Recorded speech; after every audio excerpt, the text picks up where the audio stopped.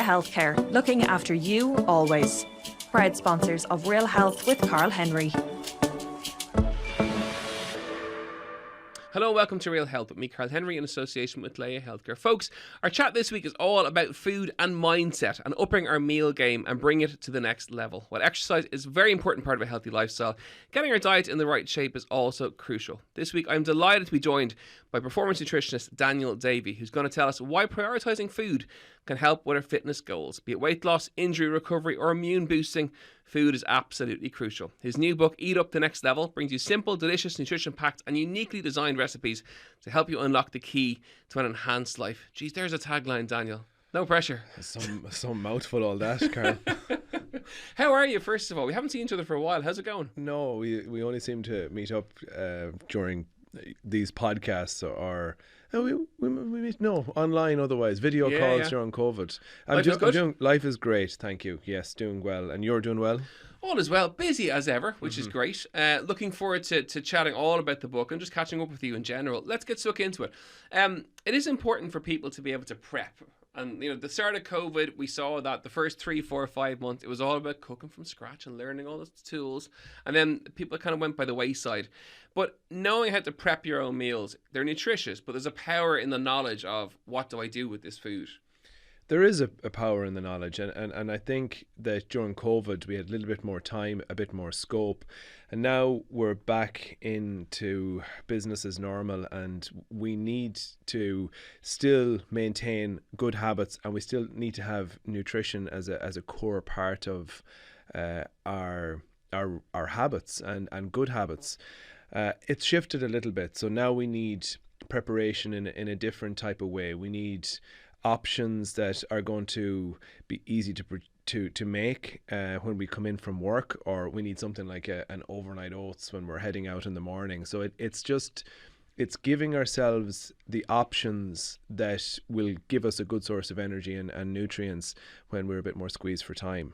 Yeah, and healthy food doesn't have to take there is a perception still, I think. And a lot of the books that are out there, you look at the ingredients and A, you don't know what half of them are, and B, you don't know where they are in the shop, and C, you're just not going to get near them. But healthy food doesn't have to be that way. It can be simple and it can be quick.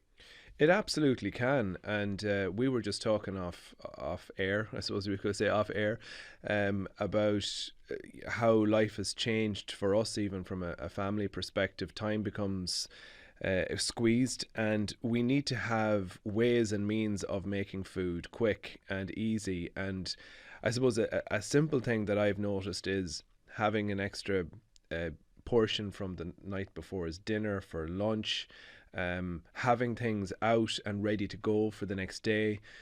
Something that's been really helpful has actually been the online shopping and things like that, where you know what's in your shopping list pretty consistently. And I love a good food shop. Yeah, I know. I prefer to go in myself. It's my zen time of the week, which is really sad. Yeah. The shopping trolley, early to the supermarket when it's quiet, everything's kind of shelved nicely, and 40 minutes of immersion in kind of mind. It's mindful. It's a mindful thing. It's very mindset's a big thing for you, right? No, that's my mindset thing of a Sunday, and if I don't do it, everything else is so much more difficult with work, with travel, with food, with choices I make. If I don't get my Sunday shop done and home and put everything in the fridge and organise it and all that, I find it from a mindset perspective far more difficult to stay on track and to keep on track from a food perspective. For sure, and having the right options, the right ingredients available, it makes a huge difference to when you go to make something. If you don't have them, it can sometimes put you into a little bit of a spin, and that's when you start thinking about, well, will I order something, or what's the quickest thing that's there, or is it the biscuits, or is it something that you shouldn't be doing, but you feel like you don't have anything else. You've tapped into something there that I think I find very powerful, and it is that you recognize that as being something that gives you that sense of calm, or that sense of I'm in control. And that's what I really want to try and help people think about within their lives. Another person might hate shopping. They might find it just something that causes that little bit of extra stress, and that's what you're looking to remove. So what are the little steps that you can do to make that more efficient in your life? Is it, is it teamwork in the home? Is somebody else doing it and you're taking another job? Or have you got an efficient shopping list? Is there way, and as I said, the online shopping, is there ways and means to get around that to make things easier? And that's how I look at it. I look at all aspects of lifestyle, or how you set your home up. How easy is it to, how effective can you be, and how easy can you make it to eat good food? Yeah, okay. So it's a bigger thing than just, picking up the veggies. There's more to it. Yeah, that's exactly it. And if we take a couple of steps back, and that's what I will go through if I'm having a conversation with somebody, I would be going through, well, tell me exactly what the steps are for you to have that meal and those options available to you. So if it is the overnight oats, do you have the milk? Do you have the oats? Do you have the berries? Do you have the yogurt? Are they there? Now, do you have the Tupperware? Do you have the lid for the Tupperware? Do you have the simple ways of putting that together? Do you need one? Do you need two? Do you need three? What are the really simple steps? So the further you go back, the more you go, oh, now I'm starting to develop a system. And it's the system that will allow for you to be much more consistent. It's not overnight oats is tasty and handy. It's how does it fit into my lifestyle? And it's building what you want to eat around your lifestyle. And it's that old, Exactly. we learned it in college, and I've used it lots of times since. It's that failing to plan component, it's planning to fail. That you have to look and have the stuff ready and have the utensils ready, or the fridge space ready, or, if it's a busy week traveling on the road, you have to have the stuff in the car that you want to eat as much as possible to avoid the gauntlet of the petrol station or whatever. Yeah, that's it. And I think that very often planning, even though it's mentioned repeatedly as being an important part of our week or our routine, I think it still has this sense of, it's not sexy. It's not cool. No, or cool. Cool's probably a better word for it. No, it's not sexy or cool, but it's really about. So for me, like I make the joke that in my work and in my routine, I was previously desperately unorganized. I was one of the people that could be desperately unorganized. It took me a long time to really get into flow. And I got help with it. Like, it sounds like but I actually genuinely did. Nothing wrong. We all need help in different areas of our lives. Yeah. But I started to talk to other people about how they systemize or how they build out. Oh yeah, okay. Their So planning. you went and found other people who were super organized, and then exactly. as a result of osmosis, almost you became organized. Exactly. Yeah. So that's rather the thing than about health. You find people who are healthier than you are, and chances are you'll get a bit of kind of health nuggets from them. No question. And it was amazing how this is the thing. I would have looked previously at these people and go, I'm just not like them. I'm more creative, or like I'm just more easygoing. I would have looked at them going, they're too organized for me. I'm not interested. So once you kind of open it up and you start to go, hang on, there is some really clever ways of doing this. And like, let's say this is something that everyone up and down the country is probably doing for 10 years. But for me, as soon as somebody says we must meet up, or it's a business meeting or whatever it might be, please send me a link so I can add to my calendar now. Don't let it go. Don't let that email slip. And that very simple thing makes some difference to it's what time, where is it, how long is it going to be for? And then you start to go, well, how does it feel to be organized? How does it feel through your week and through your day to not go, oh, when is that meeting again? Or what am I eating? Or what is that ingredient I need? And that's what the planning element allows. But you have to pay attention to that. And that's a mindset shift. That's a mindset shift. From chaos to structure. Exactly. And I can't deal with if it's not structure or control. I have control issues, absolutely. Because it's my diary, if I look at it on a weekly basis and it's not planned out and mapped out, I just steamroll into chaos, and I don't deal well with chaos. And it is all like with you do it. Your clients, it is that it's the planning, the prepping, the looking. You're taking ownership. You're owning it. Yes. And be it your fridge or your food shop or your exercise plan or whatever it may be, that ownership gives you that mindset of someone who chances are will be healthier. For sure. And you were doing this thing a while back around your fridge. Oh yeah. And I could see the interest even my own personal interest in seeing what else was in somebody else's fridge. My fridge needed a clean and represented me being disorganized. But here's the most important thing. That doesn't cause me any stress, because whatever is in there, I'll make something work. But that's my world. Do you know what I mean? That's it's very different. That's not where I needed this really systemized approach. I did need it in other aspects of my life. I did need it from a movement perspective, or from a mobility perspective. I absolutely need it. So it's recognizing, right, where do you really need these things built into your routine. People have tuned in expecting protein, carbohydrates, and fats, and they're getting fridges and mindset. And that mindset, that's the start of it, isn't it? That's the real first port of call to change your mindset, and to get yourself ready for the changes that you want to make. For sure, yeah. And what I would say is that your nutrition and understanding nutrition, protein, carbohydrate, meal timing, your calorie needs. It's not that isn't relevant. It's not that that's not important. It's that if you don't know how to apply it, if you don't have a structure, then maintaining consistency with your food choices is really challenging. Folks, you're listening to Real Health with me, Karl Henry, in association with Leia Healthcare. We're chatting all things mindset and food and everything else with the fantastic Daniel Davey. Let's stick with protein for a sec. It's still very trendy. Every second person on Instagram, every second kind of influencer / whatever, they're all waffling on about protein. Mm-hmm. Is it a phase in terms of how popular it's becoming, or the levels that people are taking on board?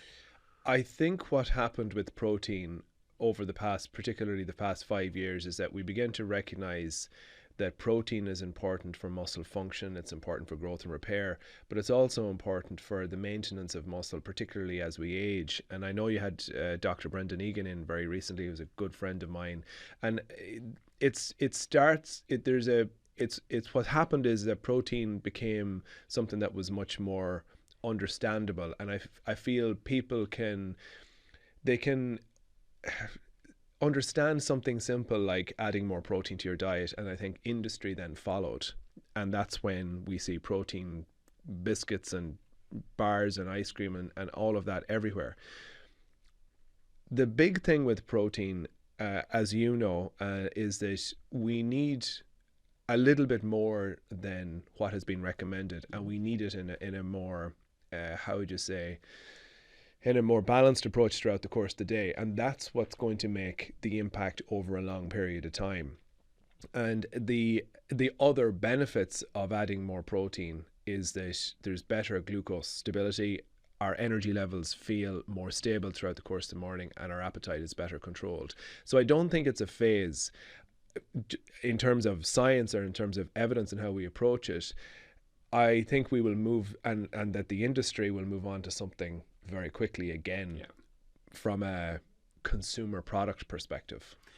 Normal person, give me an RDA. How much protein should a normal person listening in be taking on board? Well, I normally just round it up to about 2 grams of protein. If you're 1.6 or you're 2.2, it's not going to make significantly that much difference, depending on what your goal is.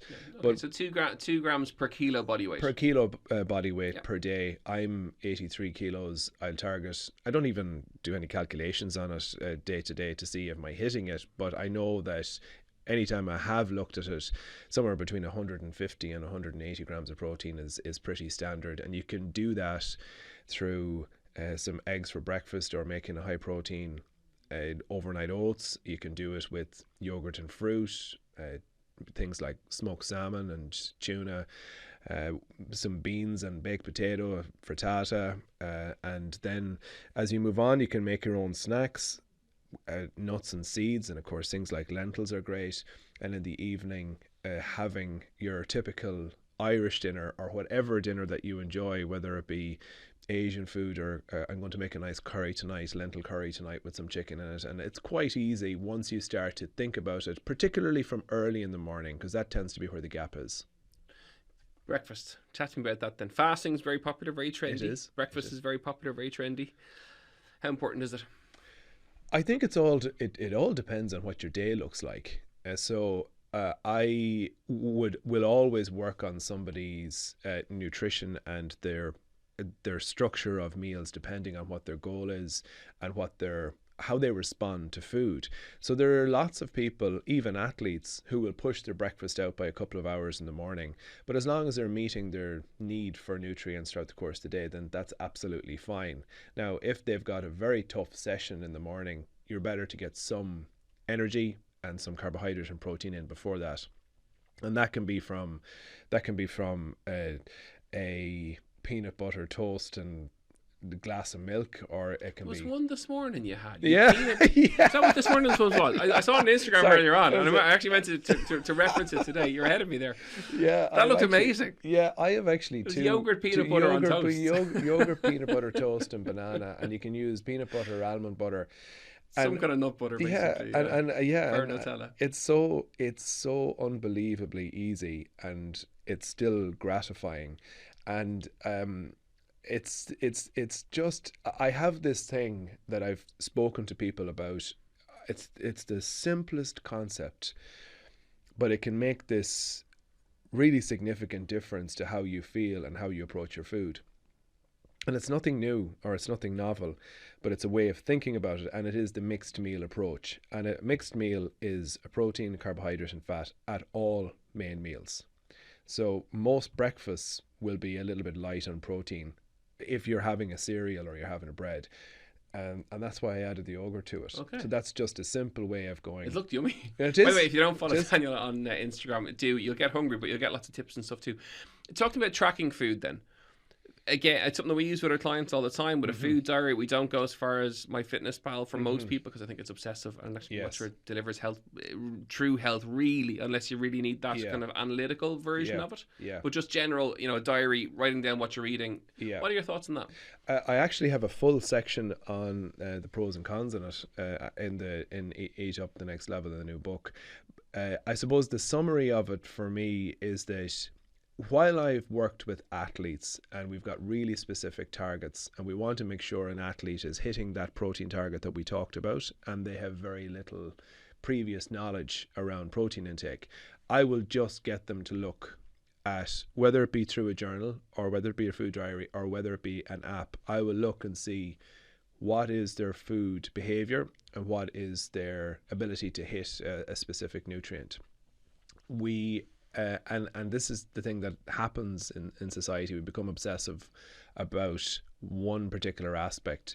So I have worked with people, and I feel like when you're working one-to-one, it's completely different. But I've also seen huge issues arise from tracking. Like you mentioned, obsessive behavior. There's a guilt component coming off the tracking that people really get hung up on. Major guilt component coming off. And I would actually say there's pros and cons of all trackers, but within food, what tends to happen is that people just become focused on the numbers. And a big thing I'm moving towards on every aspect of health is, how does the food make you feel? Does it energize you? Do you feel nourished? Is your energy levels balanced? Did you enjoy it? And I feel like tracking undermines that. Okay, so learning how you react to certain foods is important, and your own kind of gauge on how you react to certain foods. And we'll all know we'll have meals that just don't really, for whatever reason, don't really agree with us. That's what I'm talking about. Okay, so it's getting to know your body and how you react to the foods that you're eating, and trusting that. I never really believed in that, and I don't want to. I think the label is more intuitive eating, and that. But I would like it to be a bit more comprehensive. I haven't come up with anything better than that. Okay. But it is really paying a much closer attention to how you respond to those foods. So the simplest example I can possibly give you is that porridge just does not work for me. Porridge just does. There you go. There you go. Jumbo organic oats, full fat milk. Oh my God, steeped overnight. I'm getting excited just thinking about it. I know, and in certain times, I will. So here's the thing. Sorry, there's a really important context to that. If I know I'm heading out the door, I'm on the farm, I'm going hiking, I'm going walking, I'm moving, porridge is wonderful. It's absolutely fantastic. Yeah. I know if I'm sitting at my desk all morning, Absolutely. Yeah. the porridge is not going to work for me. And my porridge intake would vary with how my day is. So There big you long go. run, big bowl of porridge. There you go. Yeah, big active day, big bowl of porridge. There you Big go. work day, I'll generally go eggs, brown bread, eggs and bagel. Exactly. Yeah. And believe it or not, that has a huge difference on your performance level throughout the day. So I'll know if I have scrambled eggs, brown bread toast, and something else, maybe some beans, I'll be stable. I won't be hungry. My focus will be there. But I'll find the porridge just will sit that little bit more. So I always tell the story about my friend Kenneth, football player, lived with him for a good number of years, and he was sitting down to a big pasta meal before a game. He said, "Oh, I have to scoff this pasta now again. Big game coming up."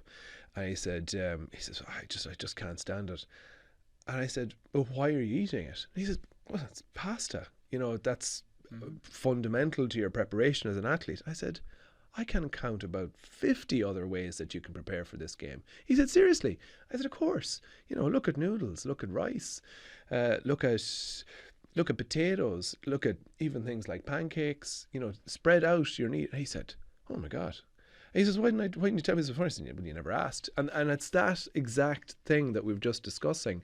It's about knowing what you will respond to well. And that's sometimes where we just interpret the information that little bit more too generally. It's not specific enough for us. Chat to me about the kitchen essentials, the final kind of question I'm going to ask you. We chatted about lots, mindset, and I think people have got a surprise about what we've actually chatted about for a food episode. We've gone ownership, mindset, trusting your gut, quite literally, in terms of the foods that you eat and what I agree with, which is brilliant. For the kitchen essentials piece, I want to put it back to that for the end. 3 things every person should have in their kitchen. It has I'm to sure be there's three. more, but like give me, you know, give me 3. Okay, well, for me, I have this big, sturdy, sharp knife that does so much Somebody work. sent me one a few weeks ago, and it's like that. And I don't even realize how blunt the other ones were when I took out this sharp one. Like it's really sharp, and I don't know what to make it is, but it's brilliant. And you can chop stuff much quicker, and it's just you hear about all of these different gadgets and you hear about different things, but if you I get such pride out of enhancing and getting better with the knife, and I don't need to worry about garlic crushers or anything else like that. So the next thing would be a really good chopping board. So and it's not I would take huge pride in taking out my big thick chopping board, and that just makes they last forever. They last for so long, as long as you don't get them too wet and they can crack. And the last thing, everybody can come up with other ones. There's loads of them. I'm going to say my countertop organic waste caddy, the little waste bucket. Hold on, slow that down. I have a little box thing. Yes, it's like yay high. It's about a foot high, and I put a compostable plastic thingy in it, and I put all the waste in there. Exactly. Oh yeah. And that not only is just such a help to my waste management in the house. It sits there. It's part of the handy. It's so handy. It's so handy. And I would absolutely agree because we're in a rental for a few weeks till we move, and we got one. So we went two tall bins, and I saw this little things. We never had them before. It is a game changer. It is, and I don't know if you ever look at your waste when you get back your bin report, and it'll show you have increased your recycling, you've increased your organic waste. And it'll show how much more waste out of the house. And I think I got something up to over 80% is recycling and organic waste. Some detailed reviewing of the household. Well, it's one of those other things. It's getting back to mindset. You're not just managing your waste better in your house. You don't have this food bigger, system. It's a bigger picture. It's a bigger Absolutely. picture. It's owning all of the aspects of your life. Remind us of the name of the book. Eat Up the Next Level, and the next level for detail and that focus on mindset, injury and immunity. Amazing. Daniel Davey, great to catch up as always, folks. That is it for another episode of Real Health with me, Karl Henry, in association with Leia Healthcare. You know where we are, at Karl Henry PT on Instagram, realhealthandindependent.ie. If you liked what you heard, don't forget to rate and review, and we'll see you next week. Slán go fóill. Leia Healthcare, looking after you always. Proud sponsors of Real Health with Karl Henry.